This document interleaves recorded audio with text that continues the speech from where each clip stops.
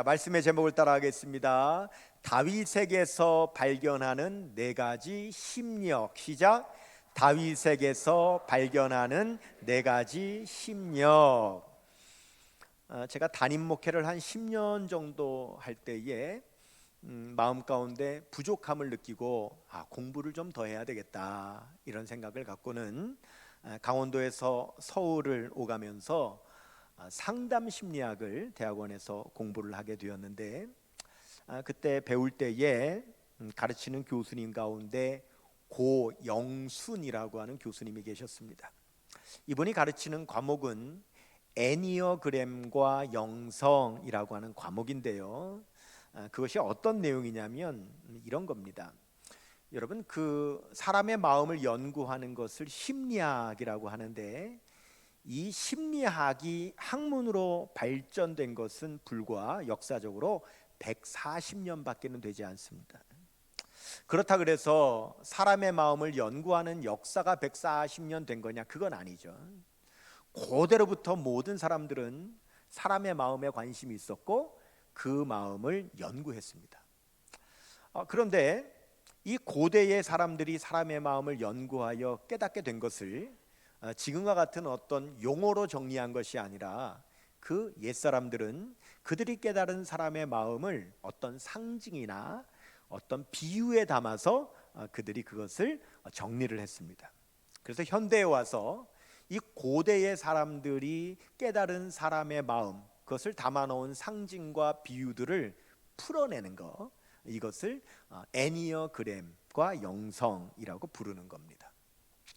특별히 중세의 기독교 수도사들이요, 사람의 마음을 깊이 연구했습니다. 그들은 일평생 수도원에서 수양을 하면서 사람의 마음을 연구했는데, 그들이 사람의 마음을 연구하면서 사람에게 꼭 필요한 네 가지의 심력이 있다, 마음의 힘이 있다라고 하는 걸 깨달았습니다. 이 네 가지의 마음의 힘이 필요하다는 거예요. 그래서 그 마음의 힘을 얻기 위해서 평생 기도하면서 살았습니다. 그들이 이 네 가지의 이 심력을 상징으로 그들이 풀어냈는데, 제가 그것을 공부하면서 그러면 이 꼭 필요한 네 가지의 심력이 성경의 인물 가운데는 누구에게 있을까라고 제가 연구하며 묵상을 해보니까 이 모든 그 심력이 다윗에게 있더라고요. 그래서 오늘 제가 설교 제목을 다윗에게서 발견하는 네 가지 심력, 이렇게 제목을 붙인 거예요. 여러분, 사람은 육체의 힘도 강해야 되겠지만 그만큼 마음의 힘, 심력도 강해야 될 줄로 믿습니다. 왜냐하면 육체의 힘은 강한데 심력이 약하면 자기에게 있는 육체의 힘조차도 제대로 사용을 못해요.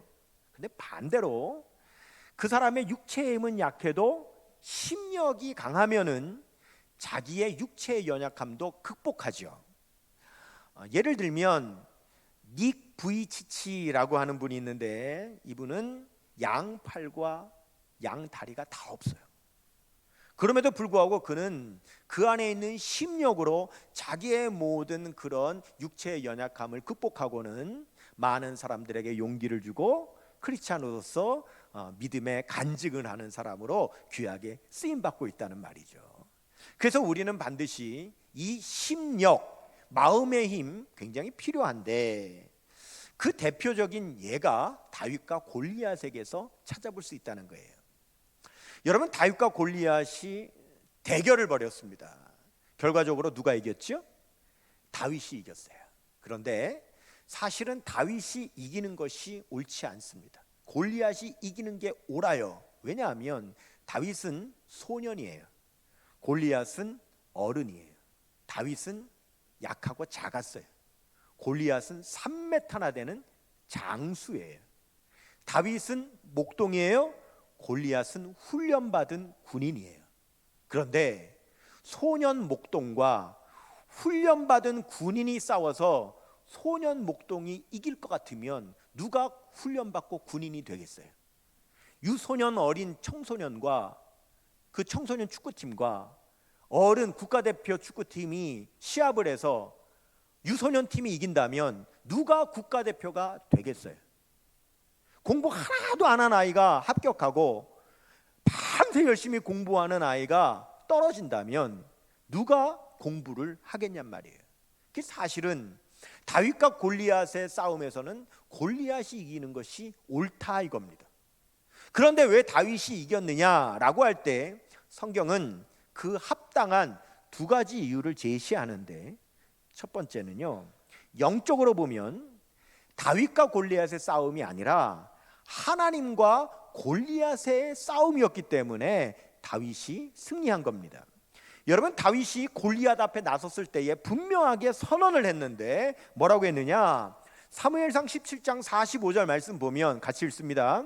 다윗이 블레셋 사람에게 이르되 너는 칼과 창과 단창으로 내게 나아오거니와 나는 만군의 여호와의 이름 곧 내가 모욕하는 이스라엘 군대의 하나님의 이름으로 내게 나아가노라. 분명히 그렇게 말했어요.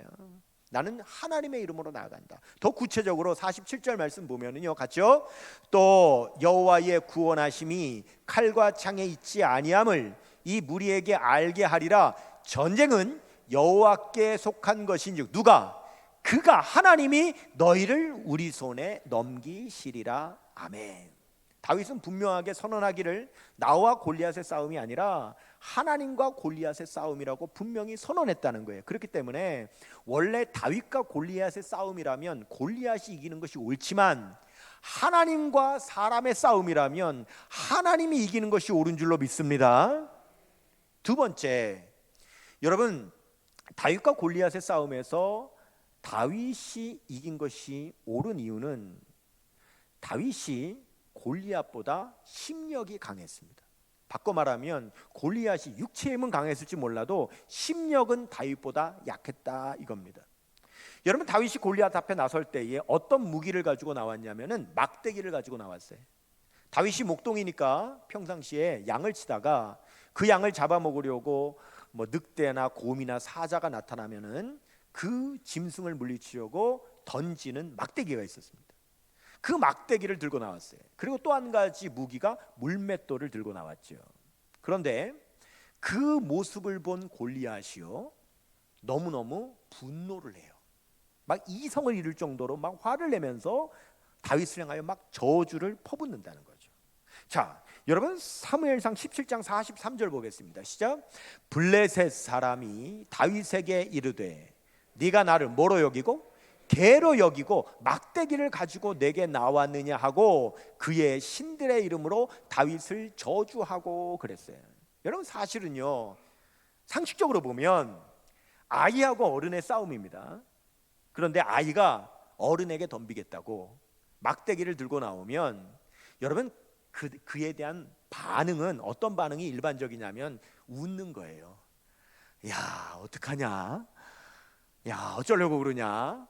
아이고, 귀엽다. 이렇게 반응하는 것이 일반적이에요. 골리앗은 그렇게 반응하는 것이 아니라 막 분노를 하는 거예요. 화를 낸다고요. 왜 그러느냐? 여러분, 이 골리앗이요, 키가 3m란 말입니다. 근데 여러분, 그 키가 언제 큽니까? 보통 남자의 키는 20살 이전에 다 크는 거예요. 즉 이 골리앗이 이미 10대 때에 키가 3m씩이나 됐어요. 여러분, 골리앗이 10대 때도 군인이었겠습니까? 아니요. 그때는 그냥 부모 밑에 자라는 청소년 아이였다고요. 그러면 또래 청소년들과 어울려 놀아야 되는데 또래 청소년들에 비해서 키가 월등하게 크고 그 골격이 막 너무너무 거인이니까 또래 청소년 아이들이 상대를 안 해주는 거예요. 그러면서 여러분, 그 옛날에 골리앗을 놀리는 거예요. 야, 저놈 짐승 같다. 저거 괴물이다. 어린 시절 골리앗이 그 말을 들을 때 너무 상처를 받은 거예요. 자기가 짐승 같다고, 자기가 괴물 같다고 하는 말에 너무 상처를 받았는데 지금 다윗이 나올 때 뭘 갖고 나와요? 막대기를 가지고 나왔다. 원래 그 막대기는 누구에게 사용하는 거예요? 짐승에게 사용하는 거예요. 그러니까 골리앗이 그 막대기를 보는 순간 뭐라고 그래? 네가 나를 뭐로 여기고? 개로 여기고. 어린 시절에 받았던 그 상처가 건드려진 거예요. 그래서 분노가 일어나는 거예요. 막 화가 나가지고 이성을 잃는 거예요. 그런데 여러분, 이성을 잃으면 어떻게 되냐면 판단력이 흐려지는 겁니다.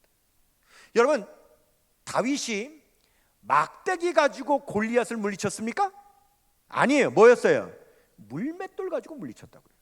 그런데 지금 골리앗은 어디에 매몰되어 있느냐?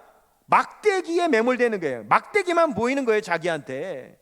그러니까 물맷돌을 던질 것에 대한 대비를 해야 되는데 거기에 빠져 있으니까 오직 막대기만 보이니까 물맷돌에 대한 대비를 못한 거예요. 여러분, 물맷돌은요, 그 당시에도 군인들이 쓰는 무기였습니다. 지금으로 말하면 뭐냐면 창은요, 소총이라고 하면 물맷돌은 권총 같은 거예요. 여러분, 어린아이가 권총을 갖고 나와도요, 두려워해야 돼요. 걱정해야 되는 거예요. 그런데 그게 안 보이는 겁니다. 그래서 이 다윗이 물맷돌을 던져서 골리앗을 쓰러뜨리죠. 여러분 보십시오. 자, 이것이 다윗이 쓴 물맷돌입니다. 다윗이 쓴 건 아니고 다윗이 쓴 것과 똑같은 물맷돌, 이렇게 생긴 거예요. 여기에 이런 돌멩이를 넣어서 돌려서 던지는 거예요. 여러분, 누구한테 날아갈지 모릅니다. 넣고 돌려서 날아가는 거예요. 다윗은 더 잘 던졌겠죠. 정확하게 날아가 골리앗의 이마에 박혀서 쓰러진 거예요. 이처럼 다윗은 골리앗보다 심력이 강했습니다. 골리앗은 그 약한 심력 때문에 골리앗은 쓰러진 거예요. 이렇듯 사람에게는 마음의 힘, 심력이 강해야 되는데 우리에게 꼭 필요한 네 가지의 심력이 있는데 그것을 다윗에게서 발견할 수 있습니다. 첫 번째, 다윗에게서 발견하는 우리에게 꼭 필요한 심력은 왕의 에너지입니다. 한번 따라하겠습니다. 왕의 에너지. 여러분, 사람의 마음에는 왕이 살아요. 여러분, 한 나라에 왕이 있다고 해보세요. 그 왕이 성군이에요. 그러면 백성들은요, 왕이 있으면 마음이 편안한 겁니다. 어려움이 와도 편안한 거예요. 가뭄이 들었어요. 흉년이 됐어요. 그래도요, 백성들이 불안하지 않아요. 두려워하지 않아요. 왜요? 우리 왕은 그를 대비해서 곡식을 잘 저장해 놨기 때문에 지금 어려울 때 우리에게 베풀어 줄 거라고 하는 든든함이 있기 때문에 흉년이 들어도 그 마음이 불안하지 않은 거예요. 전쟁이 와서 적군이 쳐들어와도 불안하지 않은 거예요. 왜요? 우리 왕은 군사들을 든든하게 준비해 놨기 때문에 분명히 나가서 이길 거라고 하는 그런 마음이 있어서 마음이 불안하지 않은 거예요. 왕의 에너지가 뭐냐? 우리의 삶에 닥치는 고난과 위기와 어려움이 왔을 때에 그때에 불안해하지 않는 마음, 그것 때문에 요동하지 않는 마음, 든든한 마음, 그 마음이 왕의 에너지예요. 그 왕의 에너지가 충분히 있는 사람들은 어려움이 와도 쉽게 흔들리거나 불안하지 않은데 왕의 에너지가 없는 사람들은 금방 불안해하고 두려워하는 거예요. 여러분, 다윗은 골리앗 앞에 섰을 때에 불안해하지 않았어요. 두려워하지 않았습니다. 자, 사무엘상 17장 37절 보겠습니다. 시작. 또 다윗이 이르되 여호와께서 나를 사자의 발톱과 곰의 발톱에서 건져내셨은즉 나를 이 블레셋 사람의 손에서도 건져내시리이다. 사울이 다윗에게 이르되 가라, 여호와께서 너와 함께 계시기를 원하노라. 아멘. 여러분, 다윗이 나가 싸우겠다고 사울왕에게 이야기했을 때 사울왕이 야, 안 무섭냐? 너 걱정 안 되냐? 아니요, 저 안 무서워요. 걱정 안 돼요. 왜냐하면 이전에도요, 곰이 덤벼들고 사자가 덤벼들었을 때 하나님께서 그때도 지켜주셨거든요. 그 하나님이 지금도 저는 지켜주실 줄로 믿어요. 그러니까 불안함이 없는 거예요. 두려움이 없는 거예요. 만왕의 왕이 되시는 하나님께서 그의 마음 가운데 계시기 때문에 그에게는 왕의 에너지로 충만하니까 쉽게 흔들리지를 않는 거예요. 시편 118편 6절 봅니다. 시작. 여호와는 내 편이시라. 내가 두려워하지 아니하리니 사람이 내게 어찌할까. 아멘. 여러분, 이 사람은 왕의 에너지로 충만한 사람인 거예요. 여러분, IMF 시절에 그만 한 회사가 어려움이 생기면서 두 가장이 그만 퇴직을 하게 됐어요.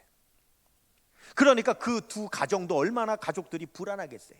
그런데 한 아버지는 퇴근해 와서 이러는 거예요. 여보, 얘들아, 걱정하지 마. 내가 아무렴 우리 가족 하나 못 먹여 살리겠냐. 아버지 아직 건강하다. 아버지 아직 젊다. 나 뭐라도 할 수 있다. 그러니 걱정하지 마.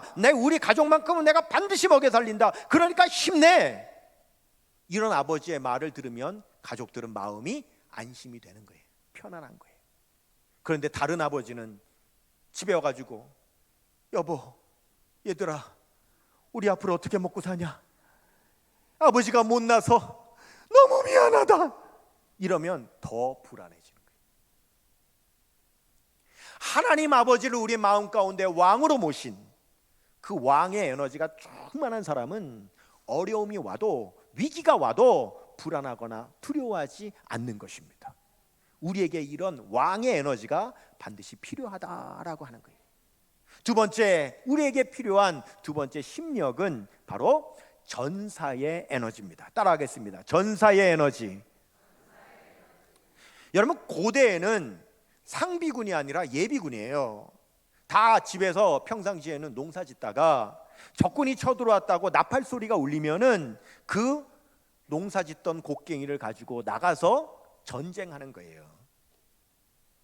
평상시에는요, 그냥 이웃집 아저씨예요. 농사 짓는 선량한 아버지라고요. 그런데 우리나라를, 우리 가족을 해야 하는 적군이 쳐들어왔다 그러면 그 선량한 농부인 아버지가 누구로 바뀌어요? 전사로 바뀌는 거예요. 꽁무니를 빼고 도망가는 것이 아니라 어디 감히 우리나라를, 어디 감히 우리 가족을 해하려고 들어오냐고 적군이 생기면 그때 마음 안에서 전사의 에너지가 솟구치는 거예요. 반드시 내가 이기리라. 우리 가족들은 내가 지키리라. 무엇이든 어떻게 하든지 포기하지 않고 반드시 이기리라고 하는 전사의 에너지가 마음 안에서 막 솟아나는 거예요.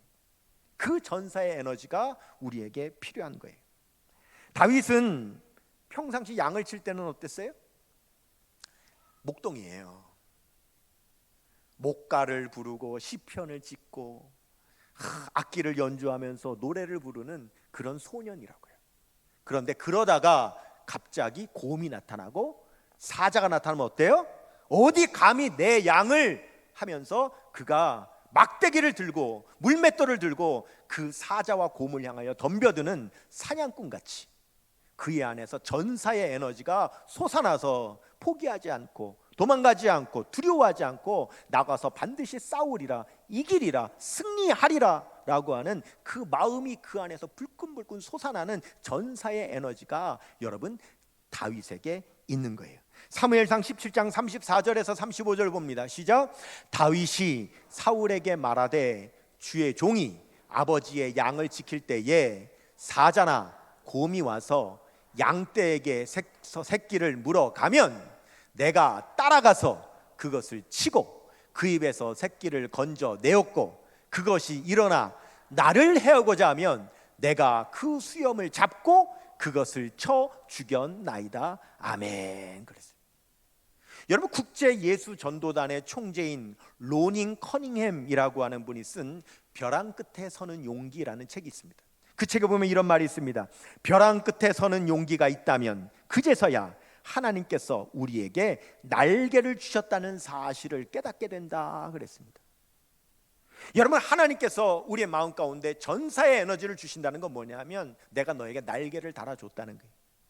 네가 벼랑 끝에 서더라도 도리어 너는 그때는 날 수 있게 된다 이거예요. 여러분, 그런 마음 있는 사람은 담대하게 벼랑 끝에 설 수가 있겠죠. 그런데 전사의 에너지가 없는 사람, 나에게 날개가 없다고 생각하는 사람은 어때요? 벼랑 끝으로 못 가는 거예요. 두려워서 뒷걸음질 치는 거예요. 우리는 하나님께로부터 이 전사의 에너지를 얻는 거예요. 하나님 우리에게 전사의 에너지를 주시는 분인 줄로 믿습니다. 스바냐 3장 16장 17절 보겠습니다. 시작. 그날에 사람이 예루살렘에 이르기를 두려워하지 말라. 그 다음에요, 시온아 내 손을 늘어뜨리지 말라. 그 손을 불끈 쥐어라. 그 손을 일으켜라. 포기하지 말아라 하는 거예요. 계속 봅니다. 너의 하나님 여호와가 너의 가운데 계시니. 여러분 잘 보세요. 너희 가운데 계시니가 아니에요. 너희들에 있는 그 가운데 계시니가 아니라 단수예요. 너의 가운데 계신다라고 하는 거 어디 계신다는 겁니까? 그렇죠. 각 사람의 마음에 계신다는 거예요. 하나님께서 우리의 마음 가운데 계십니다. 계속이요. 그는 구원을 베푸실 전능자이시라. 그가 너로 말미암아 기쁨을 이기지 못하시며 너를 잠잠히 사랑하시며 너로 말미암아 즐거이 부르며 기뻐하시리라 하니라. 아멘. 하나님은 우리에게 전사의 에너지를 주십니다. 여러분 그 에너지를 얻으시기를 바랍니다. 세 번째, 우리에게 꼭 필요한 다윗에게서 발견하는 심력. 세 번째는요, 연인의 에너지입니다. 따라하겠습니다. 연인의 에너지. 연인의 에너지가 뭐냐면, 여러분 연인이 누굽니까? 연인은 서로 사랑하는 사람이죠. 서로 사랑하는 사람. 연인의 에너지가 뭐냐면 사랑을 줄 아는 마음의 힘, 심력. 그리고 누군가로부터 사랑을 받으면 그 사랑을 받을 줄도 아는 심력. 그것을 연인의 에너지라고 하는 거예요. 여러분 연인의 에너지가 충만한 사람은요, 내 안에 충만한 연인의 에너지가 있기 때문에 사랑을 줘요. 그에게 사랑을 줄 줄 알아요. 근데 연인의 에너지가 결핍된 사람은 줄 사랑이 없는 거예요. 사랑을 줄 힘이 없는 거예요. 반대로 받을 줄도 몰라요. 사랑을 받을 줄 아는 사람은 연인의 에너지가 있는 거예요.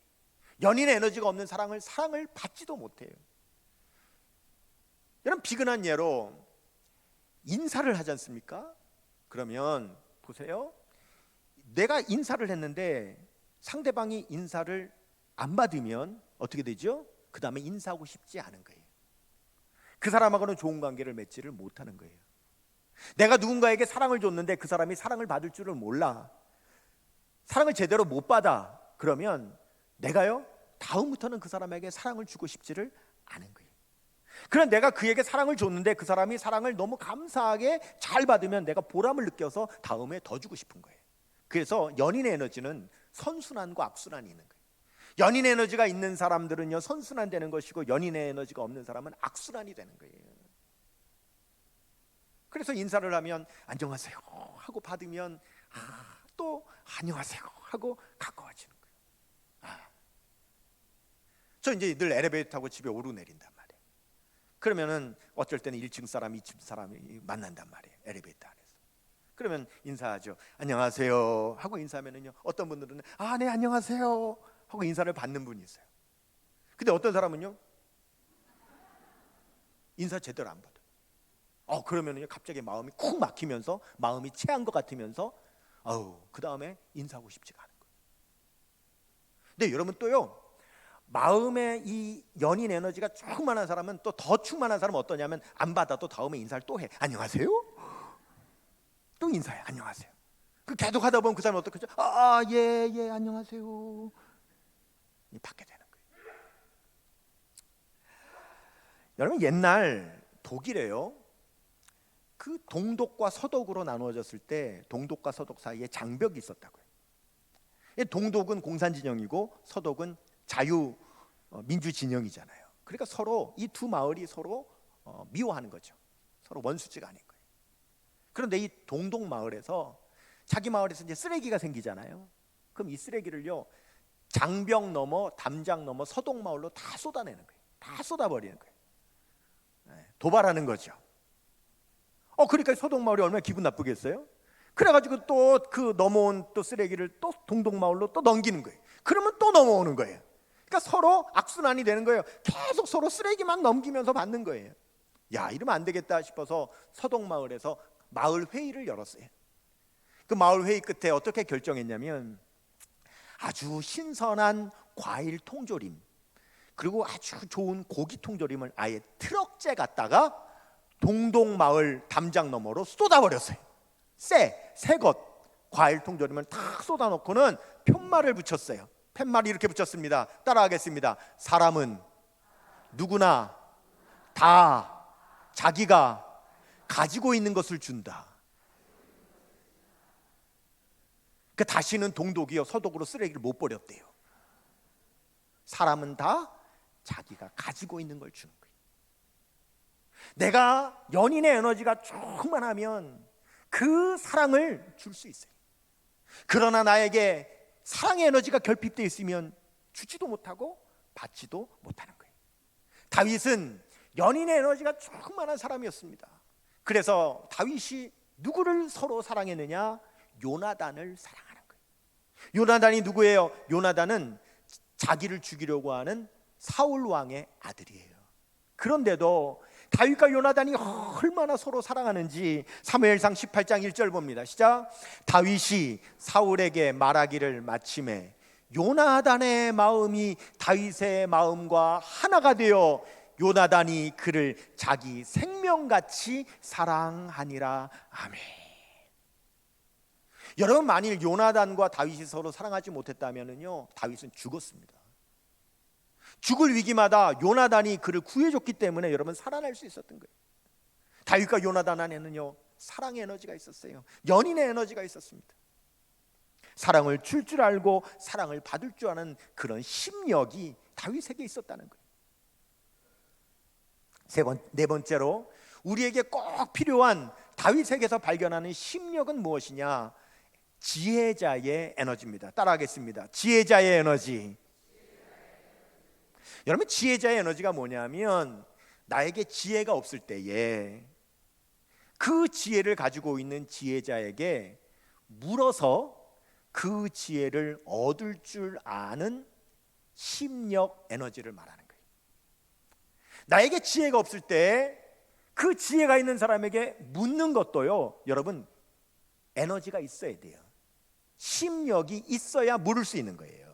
그게 없으면 못 물어요. 그러니까 물으면 해결이 될 텐데 묻지를 않으니까 해결되지를 않아서 맨 그 안에서 쳇바퀴 돌듯이 그 어려움 속에 있는 거예요. 여러분, 지금은 우리가 뭐 내비게이션이 있으니까 자동차 얼마나 잘 타고 다닙니까? 그런데 불과 20년 전만 해도요 내비게이션이 없어가지고 어디 지방 장거리 가려면은요 지도를 보고 가야 돼. 지도를. 그래서 지도를 보면서 겨우겨우 거기 처음 가는데 찾아갑니다. 그런데요 큰 길은 찾아갈 수 있지만 그 마을 안에 들어가서 그 장소까지는 지도에 안 나오기 때문에 갈 수가 없는 거예요. 그때 어떻게 되냐면 동네 사람들한테 물어봐야 되는 거예요. 거기가 어디냐고. 그러면 가는 거예요. 여러분, 근데 제가 강원도에서 있을 때 가끔 서울에서 이렇게 찾아오는 분들이 있을 거 아닙니까? 찾아오는데 그래요. 아유, 목사님 찾아오느라고 너무 오래 걸렸죠. 너무 죄송해요. 아유, 이 동네 들어와가지고도 몇 바퀴를 돌았는지 몰라요. 막 이래요. 그래서 아니 왜 그러시냐 그러니까 보통 남자분이 운전하고 부인이 옆에 타고 오는데 동네 안에 들어왔을 때 부인이 그러는 거죠. 여보 저기 동네 사람 지나가는데 그거 어딘지 한번 물어보자고. 한번 물어보라고. 그 남편이 절대 안 물어봐. 똑같은 장소를 몇 바퀴를 도는데도 절대 안 물어본다는 거예요. 그래가지고 시간이 오래 걸렸다는 거예요. 여러분, 그런 경우 있었죠? 왜 안 물어봐요? 물어보면 간단한데 왜요? 물어보는데도요 심력이 필요한 거예요. 마음에 힘이 있어야 물어볼 수 있는 거예요. 지혜자의 에너지가 있는 사람들이 잘 물어보는 거예요. 다윗은 지혜자의 에너지가 있었어요. 다윗은 어려울 때, 해결하지 못할 때 그는요 지혜자였던 사무엘 선지자를 찾아갔어요. 사무엘 선지자에게 물었어요. 심지어 사무엘이 살고 있는 라마나웻에 가서 그에게 물어보고 배우고 아예 거기서 살면서 배웠어요. 자, 사무엘상 19장 18절 보겠습니다. 시작. 다윗이 도피하여 라마로 가서 사무엘에게로 나아가서 사울이 자기에게 행한 일을 어떻게 했대요? 다 전하고. 이 말이 뭐냐면 이게 지혜자의 에너지인 거예요. 다 얘기하는 거예요. 나 이런 어려움을 당했는데 어떻게 하면 좋겠냐고 사무엘에게 다 얘기하는 거예요. 그랬더니 어떻게 합니까? 다윗과 사무엘이 나요스로 가서 살았더라. 지혜자의 에너지가 있으니까 사무엘 어떻게 해요? 그럼 같이 가자. 내가 다 가르쳐 주겠다. 배우는 거예요. 얻는 거예요. 탈무드에 보면은요 소 17마리를 세 아들에게 상속하는 아버지의 이야기가 나옵니다. 어떤 아버지가 있는데 소 17마리를 갖고 있는 이 아버지가 나이 들어서 병이 드는 거예요. 곧 죽게 생겼어요. 그래서 세 아들을 불러놓고는 유언하기를 나에게 소가 17마리 있는데 내가 죽으면 너희 삼형제가 나눠 가져라 라고 하는데 조건이 있어요. 큰 아들은 17마리 중에 2분의 1을 가져라. 둘째 아들은 3분의 1을 가져라. 셋째 아들은 9분의 1을 가져라 이렇게 유언을 했어요. 그런데 조건이 있는데 단 17마리 중에 한 마리도 죽여서는 안 된다. 이게 조건이에요. 그래서 아버지가 돌아가서 장례를 치르고 이제 소 17마리를 나누려고 하는데 아무리 머리를 써도 안 되는 거예요. 여러분 지금부터 여러분 머리를 잘 쓰셔야 됩니다. 자 보십시다. 17마리를 2분의 1로 나누면 몇 마리입니까? 8.5마리. 17마리를 3분의 1로 나누면 몇 마리입니까? 5.6마리.